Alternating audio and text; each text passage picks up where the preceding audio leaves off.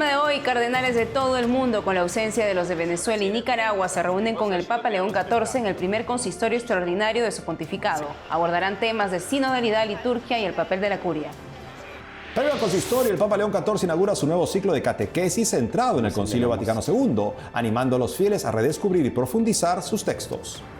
La presidenta encargada de Venezuela, Delcy Rodríguez, responde a las amenazas de Donald Trump y le dice que su destino solo depende de Dios.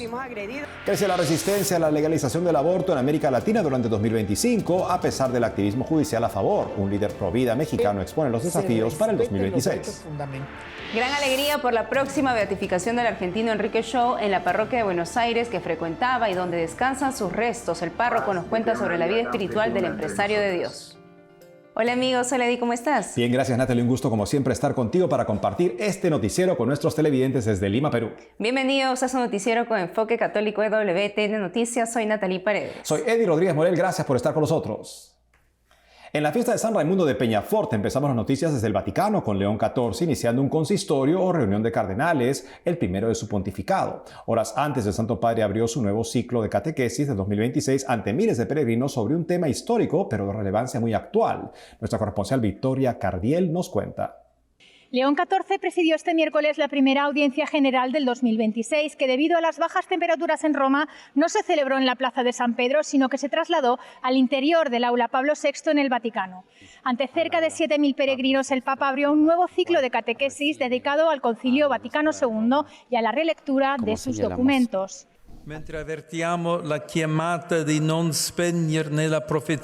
Por tanto, mientras sentimos la llamada a no apagar la profecía y seguir buscando caminos y formas para implementar las intuiciones, será importante conocerlo nuevamente de cerca y hacerlo no a través de oídas o de interpretaciones que se han dado, sino releyendo sus documentos y reflexionando sobre su contenido. El pontífice subrayó la vigencia de esta importante cita eclesial convocada por San Juan XXIII en 1962, que repensó la misión de la Iglesia en el mundo y trazó un nuevo modo de relacionarse con él. De hecho, se trata del magisterio que constituye todavía hoy la estrella polar del camino de la Iglesia.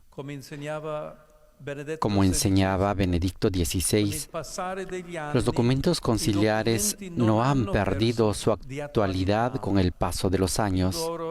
Al contrario, sus enseñanzas se revelan particularmente pertinentes a las nuevas instancias de la Iglesia y de la actual sociedad globalizada. La audiencia general precedió el consistorio extraordinario, la reunión de todos los cardenales del mundo, convocado por el Papa León XIV por primera vez en su pontificado. El encuentro, de apenas 48 horas de duración, abordará algunas de las cuestiones más relevantes para la vida y el gobierno de la Iglesia Católica, como la sinodalidad y la liturgia. Este último punto se presenta como uno de los más delicados al incluir el análisis de las restricciones introducidas en 2021 por el Papa Francisco a la celebración del rito de la misa anterior al Concilio Vaticano II, la llamada Misa Tridentina. Todas las sesiones serán a puerta cerrada, es decir, sin cámaras ni periodistas. Desde Roma, Victoria Cardiel para EWTN Noticias. Tras la audiencia general de este miércoles, los cardenales de diversos países del mundo llegaron al aula del Sínodo del Vaticano para las 3 sesiones del primer consistorio extraordinario del Papa León XIV, una reunión a puerta cerrada y de carácter confidencial que se realiza este 7 y 8 de enero. Aunque la invitación del pontífice es a todos los miembros del colegio cardenalicio, compuesto por 245 cardenales, en la reunión no participaron al menos 2 purpurados. El cardenal Baltasar Porras, arzobispo emérito de Caracas, imposibilitado de viajar después de que el régimen de Nicolás Maduro le retuviera su pasaporte, y el cardenal Leopoldo Brenes, arzobispo de Managua en Nicaragua, que en un comunicado afirma no haber recibido alguna comunicación oficial sobre el consistorio, por lo que no podría asistir. Vatican News informa que el Santo Padre pidió a los cardenales que para el encuentro lean la exhortación apostólica Evangelii Gaudium sobre la misión de la Iglesia, la Constitución Apostólica Predicate Evangelium sobre el papel de la curia y su relación con las iglesias particulares, la sinodalidad y la liturgia. ¿Qué sucede en un consistorio? Le explicamos aquí.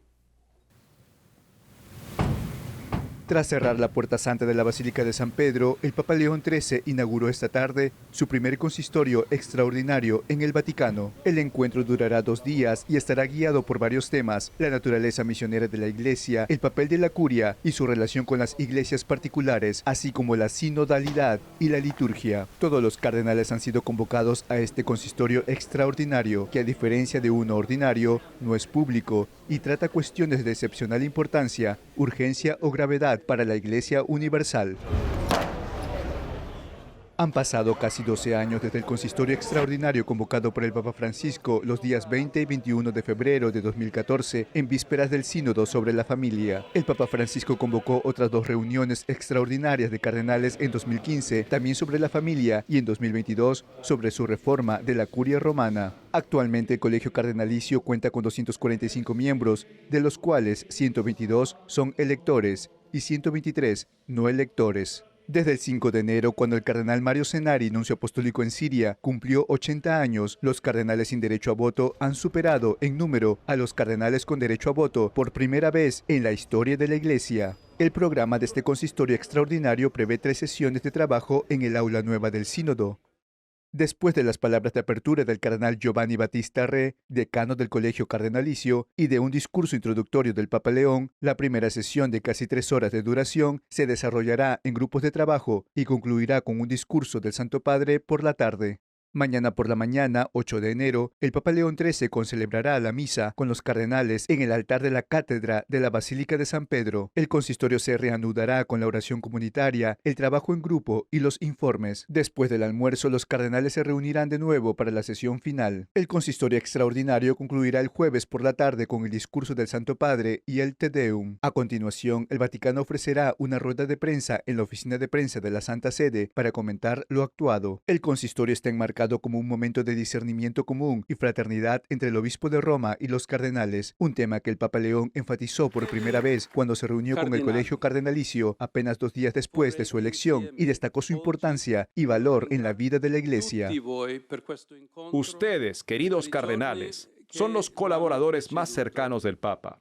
Esto me ha consolado enormemente al aceptar un yugo que claramente supera mis limitadas capacidades, como lo sería para cualquiera de nosotros. Apenas 8 meses después de su pontificado, el primer consistorio extraordinario del Papa León será significativo para la Iglesia. Ofrecerá una primera visión clara de la dirección que está tomando su pontificado y de los temas en los que se centrará en los próximos meses. Por otro lado, el secretario de Estado de los Estados Unidos, Marco Rubio, conversó por teléfono con el cardenal Pietro Parolin, secretario de Estado del Vaticano, sobre los desafíos para mejorar la situación humanitaria, en particular en Venezuela, así como promover la paz y la libertad religiosa en el mundo, informó el Departamento de Estado. Ambos líderes reafirmaron su compromiso de profundizar la cooperación entre Estados Unidos y la Santa Sede para abordar prioridades comunes en todo el mundo, concluye el comunicado. El cardenal Parolin sirvió como nuncio apostólico en Venezuela desde 2009 hasta 2013. Aunque el Vaticano no ha dado más detalles sobre la llamada, el 4 de enero, durante el rezo del Ángelus, el Papa León XIV expresó su profunda preocupación por la situación en Venezuela y reclamó que se respete plenamente la soberanía nacional del país, tras la operación militar estadounidense que terminó con la captura de Nicolás Maduro y Cilia Flores. ¿Y cuál es la última información en Venezuela? Desde Caracas, reporta nuestro corresponsal Andrés Enríquez.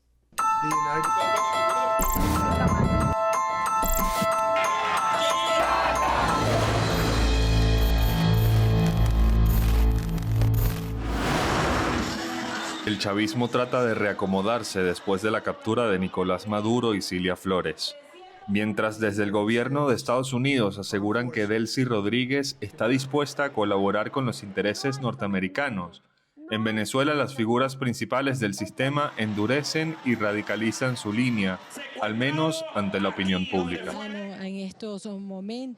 Este 6 de enero, la presidenta encargada Rodríguez declaró 7 días de luto nacional en recuerdo de los efectivos militares, venezolanos y cubanos, que murieron durante los bombardeos de Estados Unidos el 3 de enero. Lo hizo acusando al gobierno de Donald Trump de agresión y repitiendo que de alguna manera Estados Unidos no logró todos sus objetivos en Venezuela y que el chavismo alcanzará al final una victoria. Aquí no hay guerra porque nosotros no estamos en guerra. Nosotros somos un pueblo y un país de paz que fuimos agredidos y fuimos atacados. Así que seguiremos por este camino.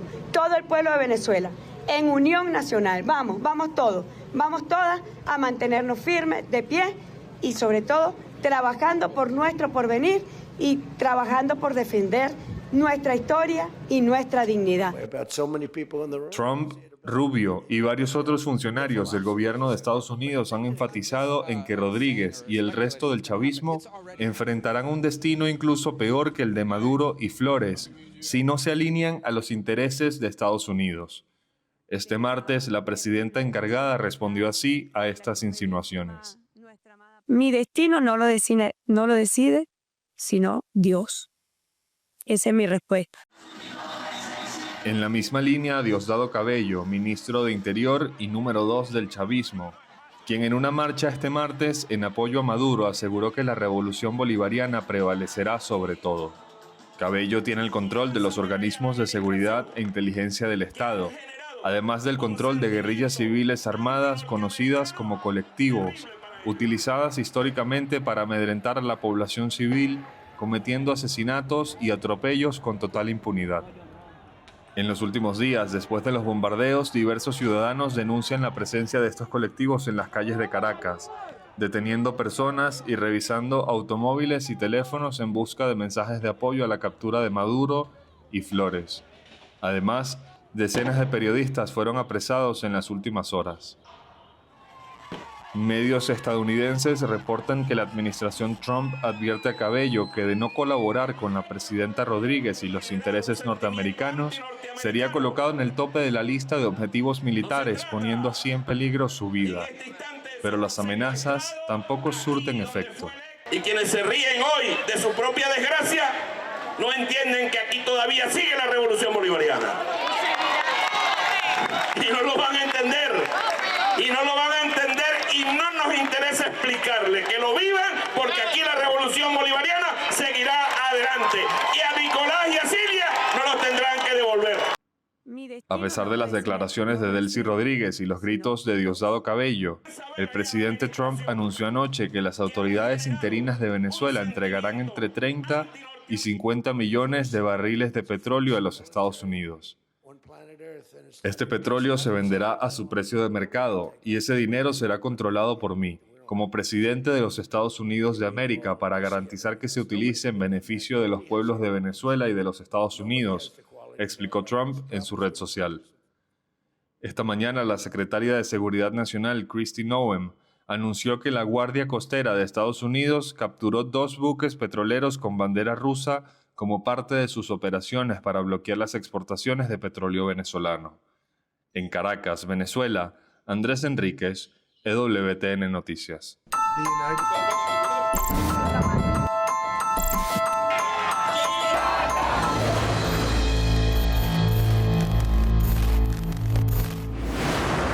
Sobre los retos en América Latina en 2026 frente a la defensa del niño por nacer a partir de lo que sucedió en 2025, hablaré con Rodrigo Iván Cortés, licenciado en Filosofía y máster en Administración Pública, presidente del Frente Nacional por la Familia, cofundador y vicepresidente de la Red Política para los Valores, consejero nacional de Red Familia, fue diputado por el Partido Acción Nacional.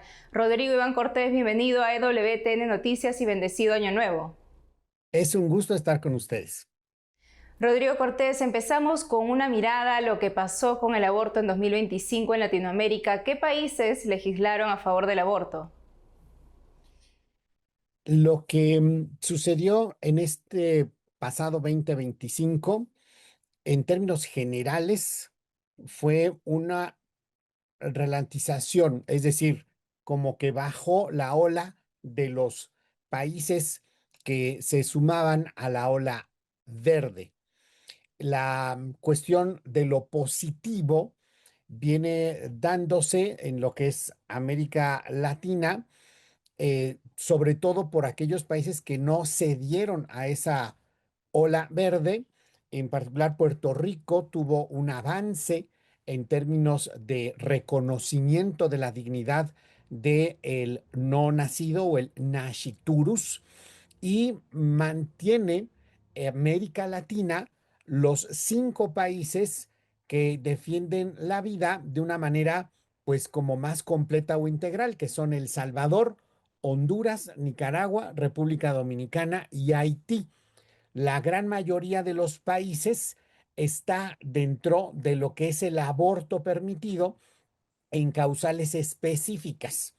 Ahí vemos países como Brasil, Chile, Bolivia, Ecuador, Costa Rica, Panamá, Perú, Venezuela, Guatemala, y en el caso mexicano, pues tendríamos que verlo estado por estado, pero la mayoría de los estados que han sostenido la vida también tienen la cuestión de causales, por lo tanto, son aproximadamente 10, si consideramos a México en estos estados, 11 los países que están en este grupo mayoritario de aborto permitido, pero por causales específicas. La parte negativa la tenemos sobre todo con lo que es el régimen de Petro en Colombia, en donde la cuestión de la vida ha estado sufriendo golpes fuertes, no tanto por la cuestión del voto soberano en congresos, sino en específico por la mala actuación del activismo judicial en la Suprema Corte. ¿Y cuáles son, Rodrigo, aquellos factores, teniendo en cuenta los países que apoyan el aborto, que favorecen a que la gente esté de acuerdo con este crimen? Pues la cuestión, sobre todo de lo que hemos visto en este 2025, no es tanto si la gente está o no de acuerdo, sino que hemos visto que se da sobre todo por el activismo judicial.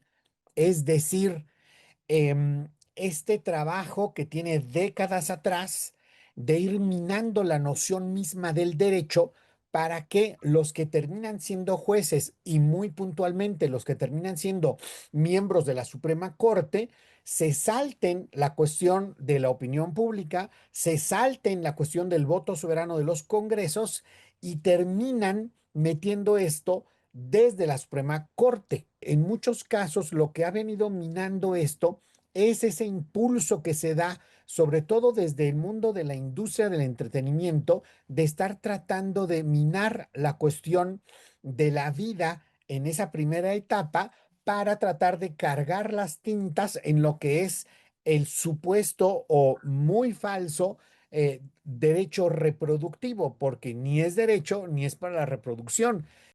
Y en este año, en 2026, hay 5 países en América Latina que van a tener elecciones. ¿Cuál es su mensaje a los políticos en sus planes de gobierno, teniendo en cuenta estos derechos fundamentales que son la vida y la familia? Es muy importante ubicar que si algo nos dejó claro el 2025 es el fracaso de una izquierda progresista que en nombre de los derechos acaba con los derechos fundamentales, como el derecho a la vida, como el derecho fundamental a la familia y todo lo que implica en la relación de padres, hijos, matrimonio y lo que es la libertad de expresión. Estos 3 pilares de toda sociedad, vida, familia y libertades, han sido fuertemente atacados desde esos gobiernos de una izquierda progresista que ha sido arrasada este 2025 y por lo tanto lo que deberían de tener en cuenta tanto la población como los candidatos es que si quieren venderle más de lo mismo que ya fracasó, pues es probable que también les vaya mal. Por eso lo que pido en estos países es que la población, que son los electores, se pongan las pilas y exijan de manera contundente que se respeten los derechos fundamentales a la vida que vienen engendrados en la familia para poder educar en una auténtica libertad. Rodrigo Iván Cortés, muchas gracias por la entrevista. Es un gusto. Hacemos una pausa y al volver, gran entusiasmo en la parroquia de Enrique Shaw en Buenos Aires ante su próxima beatificación. El párroco del lugar donde descansan los restos del futuro beato argentino nos habla sobre su profunda vida espiritual. Además, tras 15 años de trabajo y esfuerzo, una comunidad en Perú inaugura su iglesia restaurada en honor a Santa Rosa de Lima. Regresamos con más noticias con Enfoque Católico.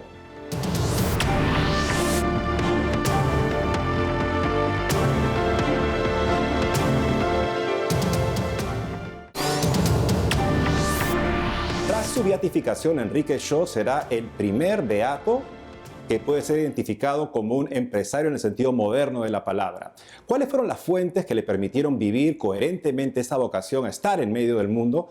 haciendo la gestión de empresas, pero santificándose al hacerlo y ayudando a los demás a santificarle. Para saber más al respecto, estamos con el padre Gastón Lorenzo. Él es párroco de la Basílica de Nuestra Señora del Pilar en Buenos Aires, a donde Enrique Shaw asistía a misa todas las mañanas. Padre, bienvenido al programa. Gracias, muchas gracias por la invitación. Pues padre, un gusto estar con usted. Cuéntenos, ¿cómo está recibiendo la parroquia de Enrique Shaw esta noticia de su próxima beatificación?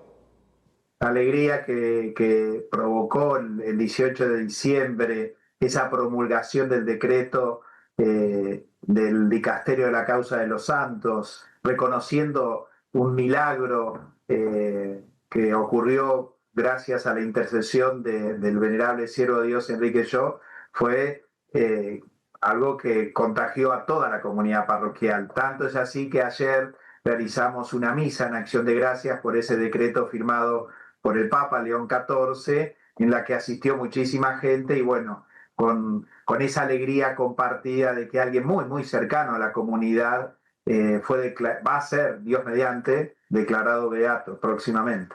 Así es, padre, y claro, la santidad se construye en el día a día, en lo pequeño y escondido, por así decirlo. ¿Cómo era la práctica, digamos, de la fe de Enrique Shaw en relación a la parroquia? Bueno, Enrique participaba de la Eucaristía, como bien ha dicho, de manera diaria. Él venía a la Santa Misa a las 7 de la mañana, los días de semana, y los domingos participaba con su mujer, Cecilia Bunge, y los 9 hijos que llegaron a tener. Participaba de la misa los domingos a las 9:30 y después iban juntos, él con su familia, a rezarle la salve a un altar lateral donde está entronizada la imagen de la Virgen de Luján. Y por eso es que hemos decidido en el 2023 trasladar los restos del cementerio de la Recoleta. Se trasladaron los restos y se depositaron a los pies de ese altar de la Virgen de Luján, donde Enrique con su familia rezaba la salve. Así que podríamos decir que Enrique, el secreto escondido de Enrique era la Eucaristía, celebrada cotidianamente, y esa profunda devoción a María, que él le gustaba llamarla su socia, era la socia, le decía. Así que por eso quizás también le fue tan bien, ¿no? Que tenía una socia de ese nivel espiritual que es la Virgen María.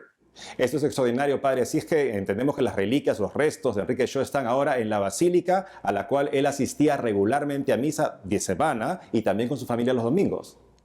Sí, y ya son muchas las personas que sabiendo esto se acercan, rezan allí frente al altar de la Virgen, piden la intercesión de Enrique Shaw y sobre todo la alegría de la comunidad, de alguien tan cercano. Todavía hay testimonios que nos cuentan, gente que tuvo la gracia de conocerlo a él, gente ahora ya mayor, y bueno, como Enrique era un hombre muy alegre, por eso quizás la foto que circula con su sonrisa lo representa a la perfección, muy alegre y muy profundo, muy espiritual, tenía una conciencia de la presencia permanente de Dios. Yo creo que eso lo llevó a él a ser un santo en su vida cotidiana. Tenía conciencia de que Dios estaba continuamente presente, ¿no? Entonces, bueno, por supuesto que eso lo alimentaba con la Sagrada Eucaristía. Y además con su socia, como él la llamaba tan tiernamente, la Virgen Santísima, es que él se pudo santificar en esta linda parroquia, la Basílica de Nuestra Señora del Pilar en Buenos Aires. Padre Gastón Lorenzo, gracias por haber estado con nosotros el día de hoy. Muchísimas gracias y bueno, ahora con esta alegría de este empresario de Dios que fue capaz de tener una vida tan fecunda entre nosotros. Llamamos la atención a Perú, donde una comunidad inaugura su nueva iglesia en honor a Santa Rosa de Lima, fruto del esfuerzo de más de una década para restaurarla. Nuestro corresponsal, Abel Camasca, nos cuenta. 15 años tuvieron que pasar para que el pueblo de Tomayquichua, de la diócesis de Huanco, al norte del Perú, viera inaugurado su nuevo templo en honor a Santa Rosa de Lima. El padre Juan López, encargado del recinto, señala que no fue fácil recaudar los fondos. Actividades grandes donde sacábamos muy buena cantidad como para avanzar 2, 3, 4, 5 meses, pero a veces no daba ni siquiera para una semana para pagar a los peones, ¿no? Muchos me decían, padre, ya estoy viejito, ya voy a morir, ¿cuándo vamos a acabar? Y tenían toda la verdad. El sacerdote cuenta que en 2010 un fuerte temblor sacudió el pueblo en medio de una misa. Cayeron trozos de tierra sobre el altar. Tras un estudio, los peritos recomendaron demoler todo. Hemos tenido que derrumbar toda la iglesia, toda, totalmente. Quedó planito, como un terreno más. Y de ahí levantar nuevamente todito hasta llegar a donde hoy estamos. Es así que el pasado 31 de diciembre se inauguró el nuevo templo. Contó con la presencia de Monseñor Pedro Bustamante, obispo de Huánuco, y diversas autoridades. Unas 450 personas abarrotaron el templo. Ya no había espacio para una persona más. El Señor indudablemente estuvo muy contento porque fueron 15 años de trabajos, 15 años de perseverancia, de esfuerzo y dedicación. Sí mismo recomendó a la población a seguir siempre adelante, sobre todo cuidando este lugar sagrado, que es el templo de Dios. Algo que poco se conoce es que en las alturas del pueblo vivió la abuela materna de Santa Rosa de Lima. Por eso el templo tiene una relevancia especial. Monseñor inclusive en la homilía dijo, es probable que la madre y hasta la misma Santa Rosa haya estado en algún momento por acá. Los historiadores después confirmarán, pero sabemos que cuando la abuela es de un lugar, a veces los hijos y los nietos también pasan por ahí en algún momento o descansan o pernoctan, ¿no? El templo todavía no está culminado. El padre López indica que faltan algunos detalles como la sacristía, la zona para las andas y el depósito. No obstante, da gracias a Dios por todo lo avanzado. Hemos hecho lo que se ha podido. Sigamos siempre adelante, confiando en la misericordia de Dios y haciéndolo todo por amor a Él y amor a nuestros hermanos. Actualmente se ejecutan trámites para que esta capellanía, donde vivieron los antepasados de Santa Rosa de Lima, se convierta en parroquia. Amigos, esto ha sido todo por hoy. Gracias por haber estado con nosotros. Saben que pueden seguirnos en las redes sociales, también de lunes a viernes a las 12 del mediodía, hora de Miami, en Radio Católica Mundial, y su programa Más que Noticias con un servidor. Hasta entonces.